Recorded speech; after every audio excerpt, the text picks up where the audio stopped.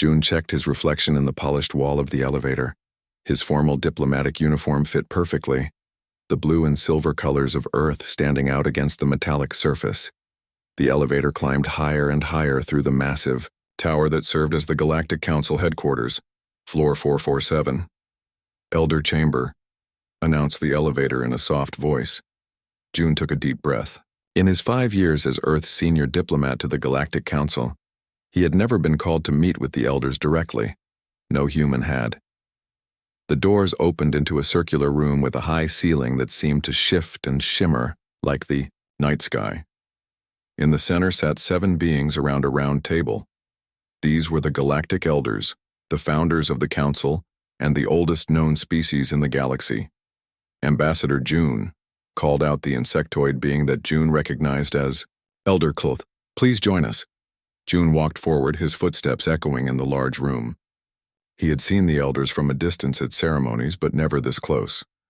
Elder Cloth's exoskeleton gleamed under the light. To his right sat Elder Mox, whose body seemed to be made of living crystal. The other 5 elders were equally strange.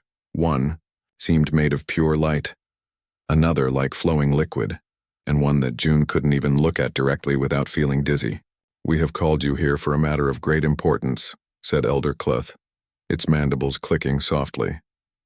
"Please be seated." A chair rose from the floor, and June sat down, trying to hide his nervousness. 20 years ago, your species joined the Galactic Council, began Elder Mox, her crystal form catching the light. In that short time, humans have spread to 17 worlds and taken part in all aspects of galactic society. Your adaptability is remarkable, added the light form, Elder, in a voice like wind chimes. "Thank you," said June, unsure where this was going. "Humans are proud of how we've integrated with the galactic community." "Yes," said Elder Cloth, "but there is something you must know about your species, something we have kept hidden from all younger races but now must reveal." June felt a chill run down his spine. "What do you mean?" The 7 elders looked at each other, and then Elder Cloth continued. "Humans did not evolve naturally on Earth." June blinked in confusion. "I'm sorry, I don't understand." "Your species was created," said Elder Mox plainly, "by us, the Elders, approximately 300,000 of your Earth years ago." June sat perfectly still, trying to process what he had just heard. "Created? You mean humans are artificial?" "Engineered would be the more precise term," said the liquid form elder, its voice bubbling and flowing. "We took an existing primate species on your planet and accelerated its development. We added specific genetic sequences and removed others." "But why?" June managed to ask, his mind reeling. The elders were silent for a moment before Elder Cloth answered. "Because we needed weapons." The word hung in the air between them. "Weapons," repeated June flatly. "Yes, Ambassador," said Elder Cloth. "Your planet was one of many experimental sites. We were trying different approaches to create biological entities that could fight a specific enemy. Humans were the most successful design." June stood up suddenly, anger flashing across his face. "This is absurd. Humans have built civilizations, created art, music, literature. We've developed philosophy, ethics, science. We are not weapons." "All of those achievements are impressive," admitted Elder Mox, "and entirely your own. We created your potential, but what you did with it was your choice. But at your core," added the light form elder, "you were designed for combat. Your aggression, your tribal instincts, your ability to survive in almost any environment, your remarkable recovery from injury, these were not accidents." "I don't believe you," said June, though a part of him feared they were telling the truth. "Where's your proof?" Elder Cloth made a gesture, and a holographic display appeared above the table. It showed DNA sequences, mathematical formulas, and images of early humans. "This is the original design," said Elder Cloth. "Compare it to modern human DNA and you will find exact matches in key areas that do not appear in any other naturally evolved species in the galaxy." June stared at the display, his diplomatic training failing him. He had no words. "We understand this is difficult to accept," said Elder Mox gently. "But it is important that you know now." "Why?" asked June, finding his voice again. "Why tell us this after all this time? Why now?" The elders exchanged glances again, and this time June could see something in their alien expressions that he recognized. Fear. "Because the enemy we created you to fight has returned," said Elder Cloth. June sat back down heavily. "What enemy? Who are they?" "We call them the Void Eaters," said the liquid form elder. "They are not like you or us. They are not truly alive, as we understand it. They are composed of dark energy, and they consume all organic matter they encounter. Millions of years ago, they nearly destroyed all life in the galaxy," continued Elder Cloth. "The 7 elder races, we were young then, barely managed to drive them back. We lost many worlds, many people. We knew they would return someday. So, you created humans to fight them," said June, the reality of it sinking in.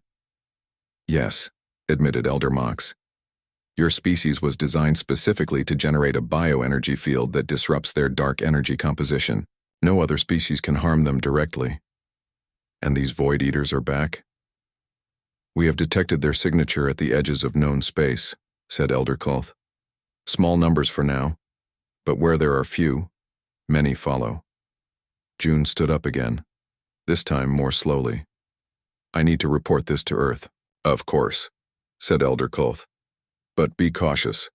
There is more to this situation that we cannot yet share." "Cannot or will not," challenged June. "Cannot," insisted Elder Mox.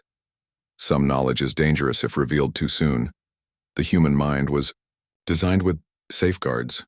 "Safeguards," repeated June bitterly, "like locks on a weapon." "Yes," admitted Elder Cloth without shame.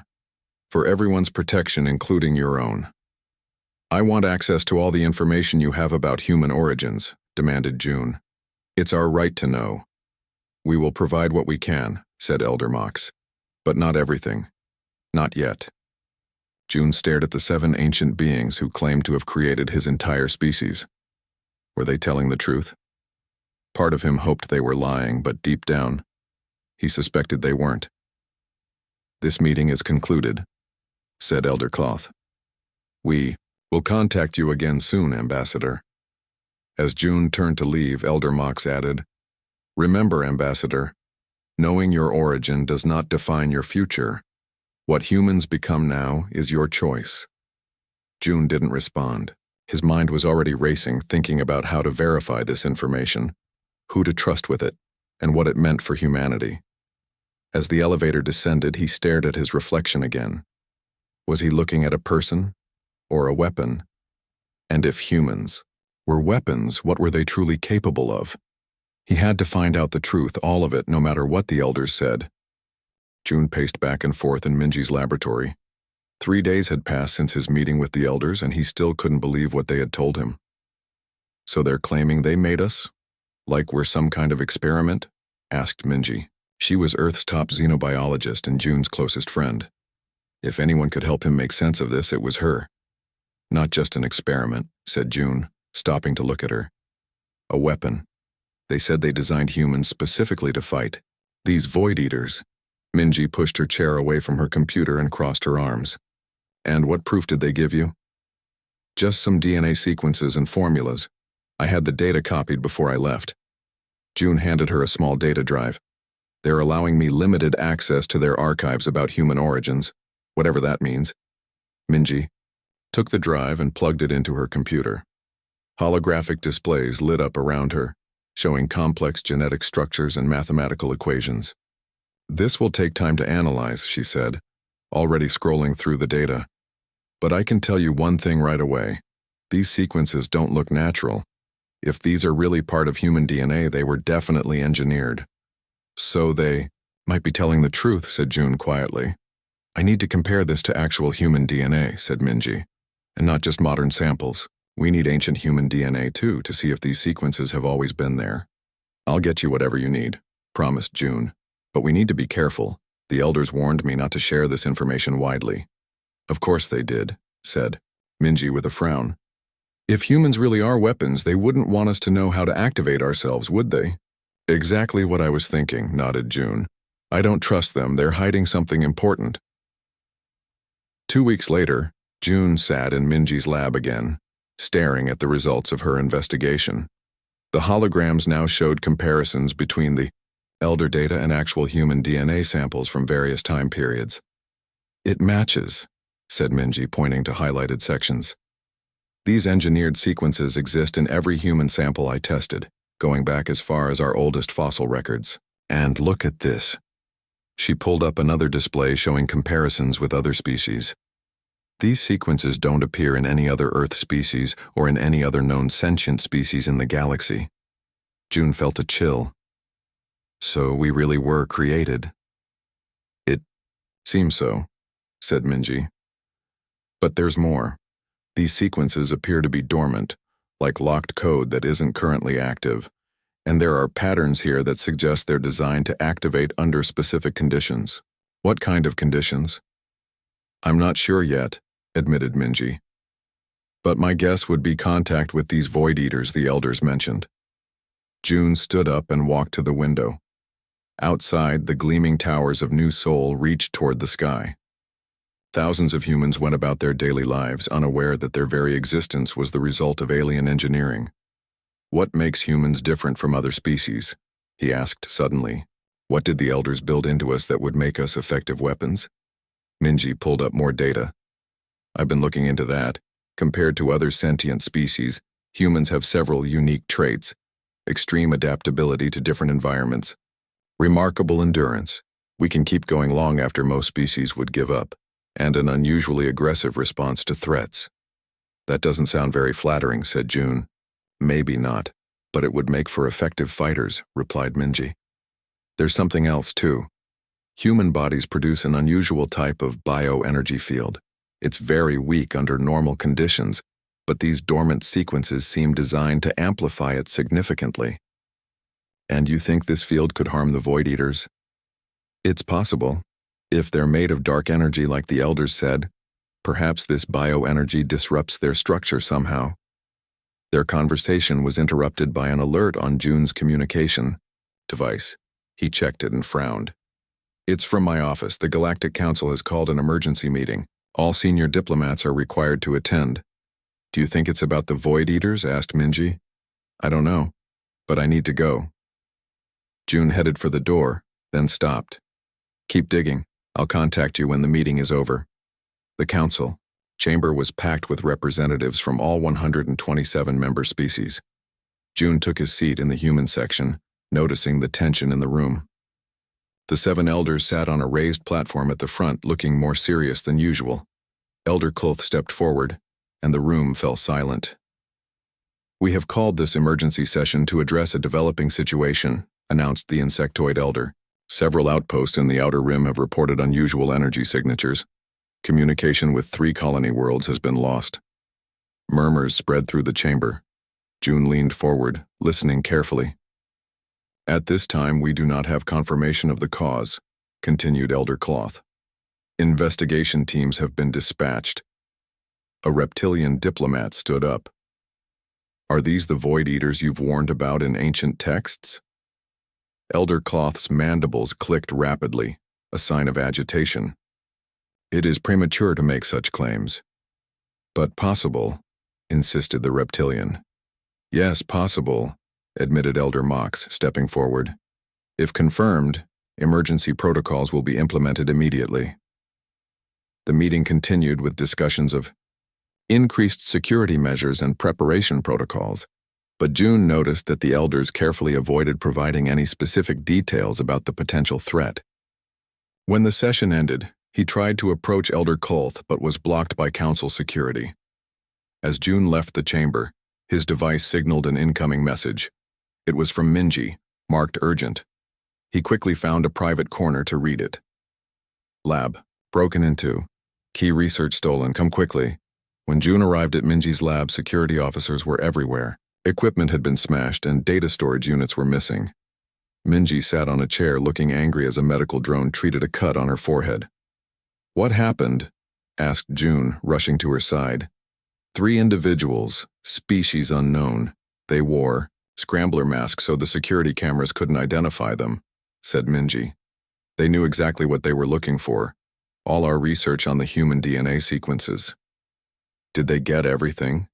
Minji gave a small smile. No. I had backups, hidden elsewhere. But they got enough to know what we've discovered. This confirms we're on the right track, said June grimly. Someone doesn't want us investigating our own origins.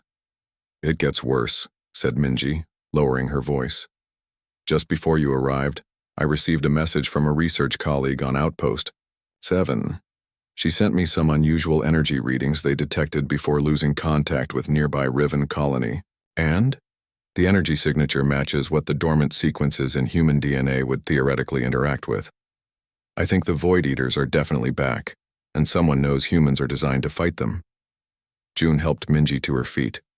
We need to go somewhere safe to continue our research, and we need to find out what happens when these dormant sequences in humans activate. Where can we go? Asked Minji. I have access to a diplomatic vessel, said June. We'll go to the Outer Rim ourselves. If the Void Eaters are there, we need to see them firsthand. That's incredibly dangerous, warned Minji. More dangerous than staying here waiting for whoever broke in to come back, countered June. Besides, if humans really are weapons designed to fight these things, we might be the only ones who can survive an encounter with them. Minji nodded slowly. We leave tonight. I'll bring everything we've learned so far. As they prepared to leave, June wondered what they would find at the edge of known space, and what would happen when humans came face to face with the enemy they were created to destroy. Commander Tay stood on the bridge of Outpost 17, a human military station near the edge of Council space. His eyes were fixed on the main screen, which showed nothing but empty space, but sensors told a different story. The energy readings are getting stronger, sir, reported the sensor officer. Whatever it is, it's heading our way. All personnel to battle stations, ordered Tay. Shield strength at maximum. Outpost 17 was one of several human military installations that provided security for this sector. In the 3 weeks since the Galactic Council had issued its alert, 5 more colonies had gone silent. 2 investigation teams had vanished without a trace. Sir, we're receiving a transmission from the Laxari outpost, said the communications officer. Put it through, said Tay. The screen flickered, showing the panicked face of a Laxari officer. The amphibian species had been allies with humans since Earth joined the Council. Human outpost. They're here. They're... The Laxari's words were cut short as darkness swept across the screen behind him. The officer turned, his eyes widening in terror as what looked like living shadows flowed toward him. The transmission cut off abruptly. The Laxari outpost is only 2 light minutes away, said Tay grimly. If those things are moving at standard speed, we have very little time. Prepare evacuation protocols. Sir, interrupted the sensor officer. Something's happening. The energy signature just multiplied. It's all around us now. Tay looked up at the viewports. Outside, the stars were disappearing, blocked by what looked like patches of absolute darkness that moved with purpose. All weapons, fire at will, ordered Tay. The outpost's defense systems activated, sending blasts of energy toward the approaching darkness. The beams passed straight through the shadow entities with no effect. Weapons ineffective, sir, reported the weapons officer. Sir, hull breach on levels 3 through 7, called another officer. Those things are passing right through our shields and walls. Evacuation order confirmed. All personnel to escape pods, commanded Tay. Send emergency transmission to Earth Command. Include all sensor data we've collected. As the bridge crew rushed to their evacuation stations, Tay stayed behind, watching the screens. The security feeds showed the shadow entities flowing through the station's corridors. When they encountered non-human crew members, the shadows engulfed them completely, leaving nothing behind. But something strange happened when they encountered humans. The shadows seemed to recoil, pulling back momentarily before attacking again. And even more curious, some humans seemed to emit a faint blue glow when the shadows approached, causing the entities to retreat entirely. Tay recorded everything he saw. This information could be vital. As the shadows began to seep onto the bridge, he finally headed for the last escape pod. 3 shadow entities flowed toward him, moving faster than the others. Instinctively, Tay raised his hand to shield himself. To his shock, a blue energy seemed to pulse from his palm. When it touched the shadow nearest to him, the entity writhed as if in pain and dissipated. Stunned, Tay reached out and touched another shadow. The same thing happened. The entity dissolved at his touch. The third shadow retreated, flowing back through the wall. Tay stared at his hand in disbelief. There was no visible change, but he had felt something, a surge of energy unlike anything he had experienced before. He rushed to the escape pod, his mind racing. Whatever these shadow entities were, humans could hurt them. Somehow, through direct contact, humans generated something that was lethal to these creatures. As his pod launched away from the doomed outpost, Tay knew he had to get this information to Earth, and to anyone studying why humans were different from other species. Halfway across the sector, June and Minji's diplomatic vessel received Tay's emergency transmission. They had been traveling for 2 weeks, visiting planets on the edge of Council space, gathering information about the strange shadow entities that were spreading across the outer colonies. "Play the transmission again," said June, staring at the holographic display showing Commander Tay's recorded message. The recording flickered back to life, showing Tay's face, tense but composed. "This is Commander Tay of Outpost 17. Our station has been attacked by unknown entities composed of what appears to be dark energy. Conventional weapons have no effect. However, I have discovered that direct physical contact with humans can harm or destroy these entities. I don't understand how or why, but humans appear to generate some kind of energy field on contact that disrupts these shadow beings. I am sending all sensor data we collected. Outpost 17 is lost. I am heading to the emergency rendezvous point with the few survivors. Tay out." "This confirms everything," said Minji, pulling up her research data. "The dormant sequences in human DNA. They must be designed to generate this energy field that Commander Tay described. But he said it happened through direct contact," noted June. "That seems like a very limited way to fight an enemy that can pass through solid matter." "Maybe that's just the beginning," suggested Minji. "The DNA sequences I studied show multiple levels of activation. What Commander Tay experienced might be just the first stage." June considered this. "We need to find Commander Tay. If he's had direct contact with these Void Eaters, there might be changes in his DNA that we can study." "Setting course for the rendezvous point," agreed Minji.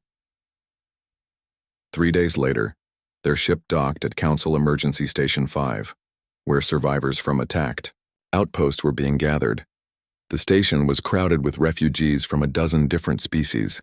Medical teams worked tirelessly, treating injuries and conducting health screenings. June used his diplomatic credentials to locate Commander Tay, who was being kept in a quarantine section of the medical bay. "Why is he in quarantine?" June asked, the medical officer in charge. "Protocol for anyone who's had direct contact with the entities," explained the officer, who was from a feline species. "But truthfully, it's because we don't understand what's happening to him." "What do you mean?" asked Minji. The medical officer gestured for them to follow. Through a viewing window, they could see Tai sitting on an examination table. He looked normal except for one thing. Faint blue lines were visible beneath his skin like glowing veins. "This started appearing 6 hours after his encounter with the shadow entities," said the officer. "We've run every test we can think of. He's still human, still healthy, healthier than before actually. But his cellular structure is changing in ways we don't understand." "Is he in pain?" asked June. "No. He says he feels stronger, more alert. His reflexes and sensory perception have improved drastically, and the blue energy he can generate at will now, it's getting stronger." Tay looked up and noticed them through the window. Recognition flashed in his eyes when he saw June's diplomatic uniform. He motioned for them to come in. "It's not contagious," Tay said as they entered, wearing protective gear as required by protocol. "Whatever's happening to me, it's not a disease. It's an activation." "Activation," repeated June. Yes, said Tay firmly. I've had time to think about this. I've served in Earth's military for 15 years. We've always known humans were different, more durable, more adaptable than other species. But now I understand why. We were made for this. Made to fight the Void Eaters, said Minji. Tay's eyes widened. You know about them? We've been investigating humanity's true origins, explained June. The Galactic Elders admitted to me that humans were engineered as weapons against an ancient enemy called the Void Eaters. Then I'm right, said Tay, looking down at his glowing veins. This is what we were designed for, and it's just the beginning. What do you mean? Asked Minji. Because they're coming, said Tay gravely. Not just to the outer colonies now. Intelligence reports say they're moving toward the core worlds, and soon, every human will need to become what I'm becoming. June and Minji exchanged worried glances. The weapon that the Elders had created 300,000 years ago was about to be fully activated, and humanity would never be the same again. Hyun wiped sweat from her forehead as she finished repairing the mining station's main power conduit. As the station's lead engineer, she had been working double shifts since the evacuation orders came through. Most of the staff had already left, on transport ships, but Hyun and a small team stayed behind to prepare the station for shutdown. Final checks complete on level 5, she reported into her comm unit. Moving to level 6 now. Copy that, responded the station manager. Hurry, Hyun. The last transport leaves in 3 hours, and we just got word that shadow entities were spotted in this sector. Hyun moved faster. The mining station, located on a small moon rich in rare minerals, was vital to Earth's economy, but too close to the advancing front of Void Eaters to remain operational. As she rode the lift to level 6, the lights flickered. The station's AI voice announced, "Warning. Unknown energy signature detected. Security protocols activated." The lift stopped suddenly between floors. Through the small window in the door, Hyun saw something that made her blood run cold. Flowing down the corridor like living oil were 3 shadow entities, Void Eaters. Stories about these creatures had spread throughout human space in the 2 months since they first appeared. Hyun knew weapons wouldn't work against them. She had to find another way out. Using her engineer's override, she forced the lift doors open and climbed through the narrow gap onto level 6. The shadows had not noticed her yet. She moved quietly, heading for the emergency escape pods. Halfway there, the lights went out completely. Emergency lighting came on, bathing the corridor in red. Ahead of her, a shadow entity oozed through a wall, blocking her path. Hyun froze. The shadow seemed to sense her presence and moved toward her. She backed away slowly, looking for any escape. Fruit. Her back hit a wall. The shadow entity accelerated, flowing faster now that it had detected her. With nowhere to run, Hyun raised her hands defensively as the shadow reached her. The moment it touched her skin, something extraordinary happened. Surge of energy unlike anything she had ever felt rushed through her body. Her skin began to glow with blue light, and the shadow entity recoiled as if burned. Hyun felt power coursing through her veins. Instinctively, she pushed her hand forward, and a blast of blue energy shot from her palm, tearing through the shadow entity and dissolving it completely. Stunned by what had just happened, Hyun looked down at her hands. Blue lines of energy pulsed beneath her skin. She felt stronger, faster, more alert, as if her senses had been heightened beyond normal human capacity. 2 more shadow entities flowed into the corridor, attracted by the energy discharge. Without thinking, Hyun reached out toward them. The blue energy formed around her hands again, and with a thought she directed it at the approaching shadows. They dissipated instantly. "This is Hyun," she said into her comm unit, her voice shaking. "Something's happening to me. I just destroyed 3 Void Eaters with some kind of energy coming from my body." "What?" The station manager's voice crackled through. "Hyun, get to the transport now. We've lost contact with levels 1 through 4. The station is being overrun." Hyun ran toward the docking bay, her body feeling lighter and stronger than before. When she encountered more shadow entities, she found she could destroy them with increasing ease, as if she were learning to control the energy flowing through her. By the time she reached the docking bay, the blue glow had spread throughout her body. The remaining crew stared at her in shock as she boarded the transport. "What happened to you?" asked the station manager, keeping his distance. "I don't know," said Hyun, "but I can fight them. I can destroy the Void Eaters." News of Hyun's transformation spread quickly through human space. She was not the only one. Reports came in from across the galaxy of humans who, when confronted with the shadow entities, underwent similar changes. On the Galactic Council's central world, Jun, Minji, and Commander Tae were called to an emergency meeting with the Elders.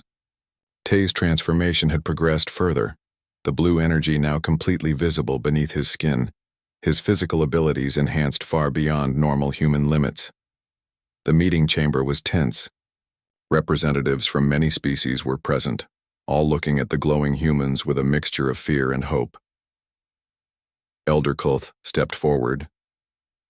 "It appears the weapon system we designed into humans has begun to activate naturally upon contact with the Void Eaters." "Weapon system?" repeated one of the alien representatives. "You mean humans are actually weapons?" "Biological weapons, yes," confirmed Elder Mox, "created specifically to combat the Void Eaters when they returned, as they have now." Murmurs spread through the chamber.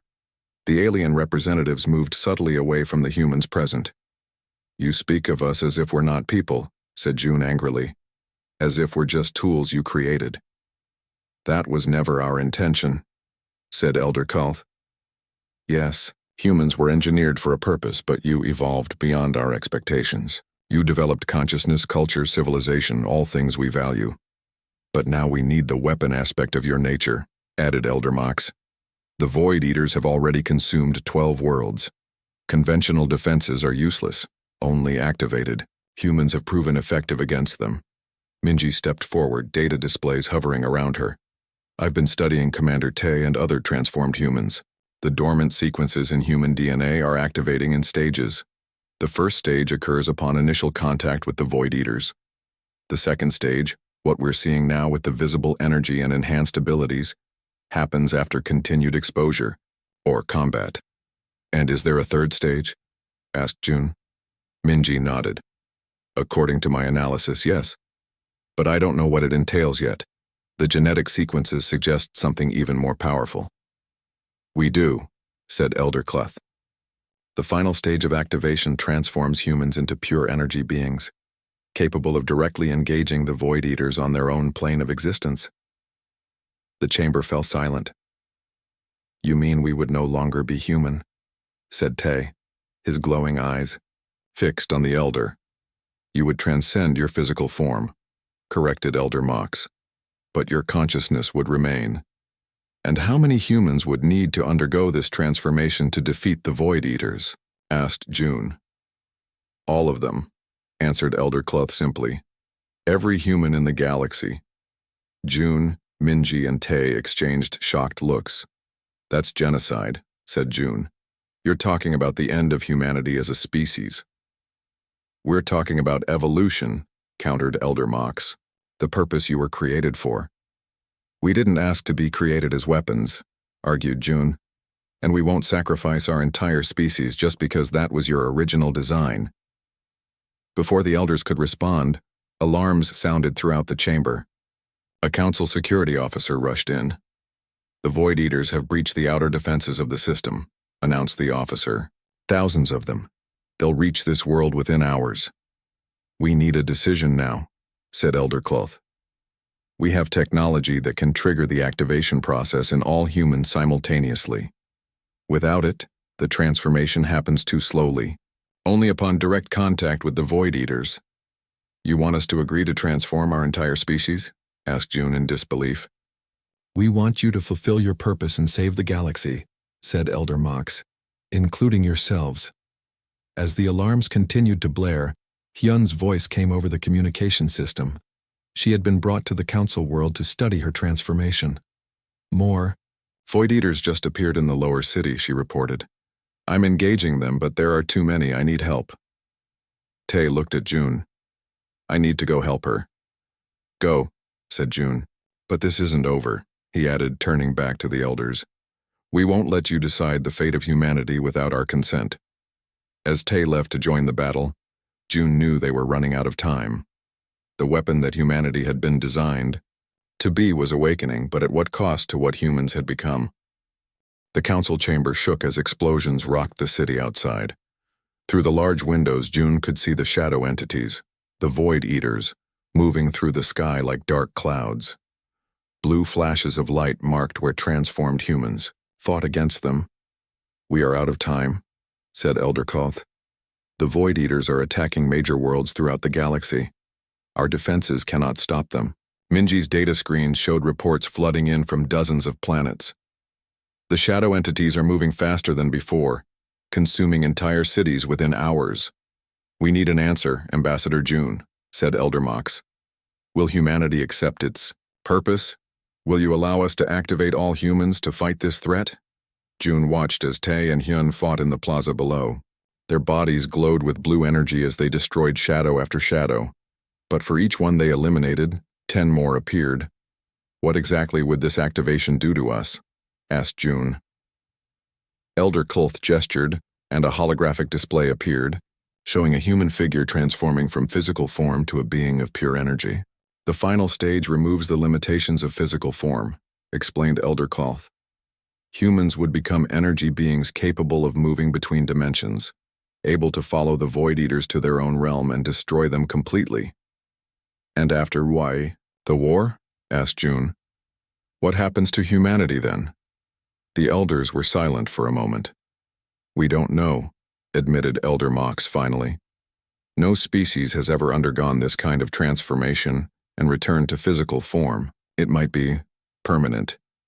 "So you're asking us to sacrifice our physical existence," said June, "to become something else entirely, something not human anymore." "We're asking you to evolve into what you were always meant to become," said Elder Cloth. Another explosion shook the building. Emergency alarms blared throughout the chamber. "Council defenses have failed," announced a security officer. "Evacuation protocols initiated." June's communication device buzzed. It was a direct call from Earth's leaders. He stepped away to answer. The holographic faces of Earth's president and the heads of the major human colonies appeared before him, their expressions grave. "We've been monitoring the situation, Ambassador," said the president, "and we've received the elders' proposal for mass activation." "It's not just activation," said June. "It would fundamentally change what it means to be human. We would become pure energy beings, possibly forever." "We understand," said the president. "But the alternative is extinction, not just for us, but possibly for all life in the galaxy." "We need more time to find another solution," argued June.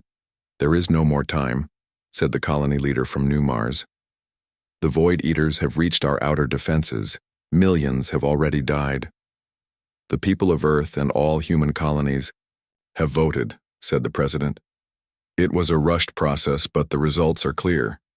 83% support using the activation technology, but with conditions." "What conditions?" asked June.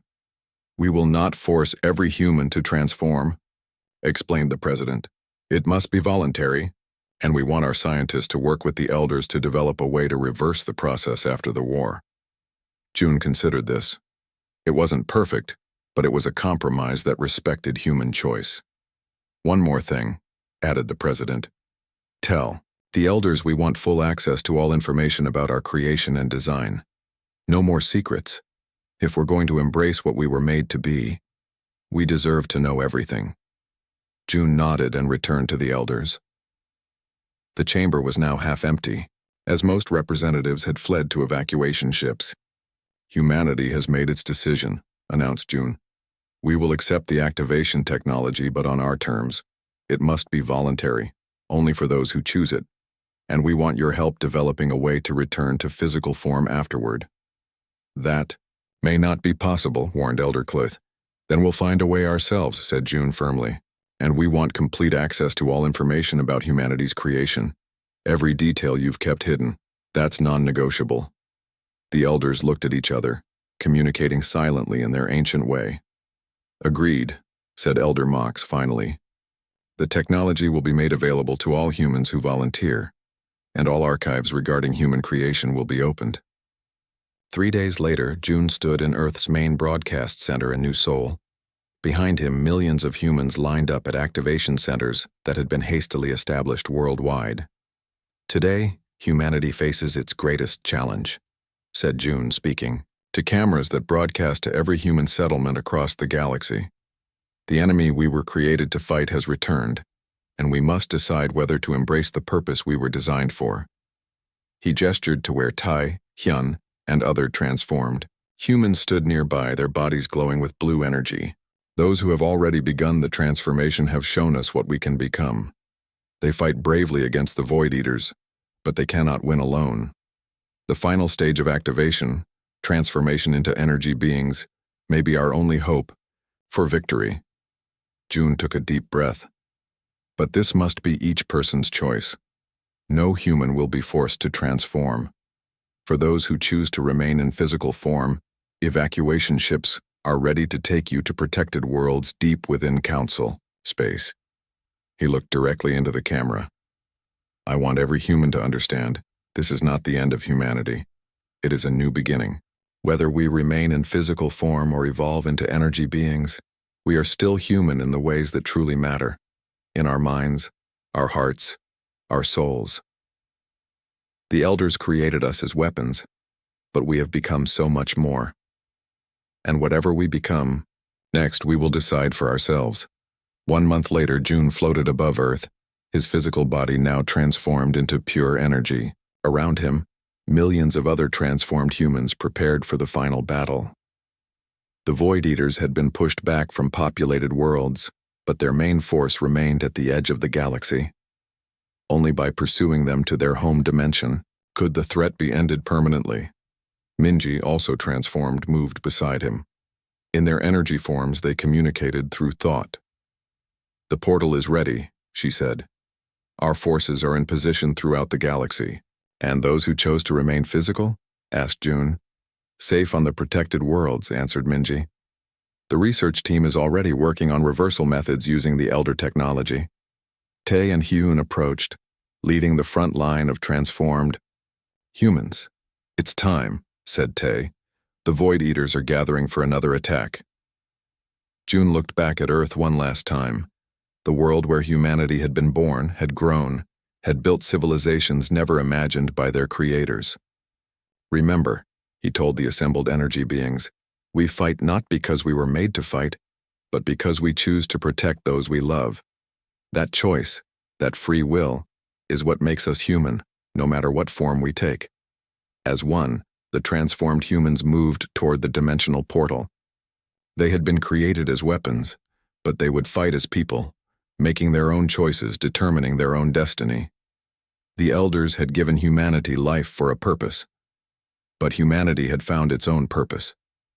To protect life throughout the galaxy, not because they were designed to, but because they chose to. And in that choice lay the true power of humanity, a power greater than any weapon could ever be.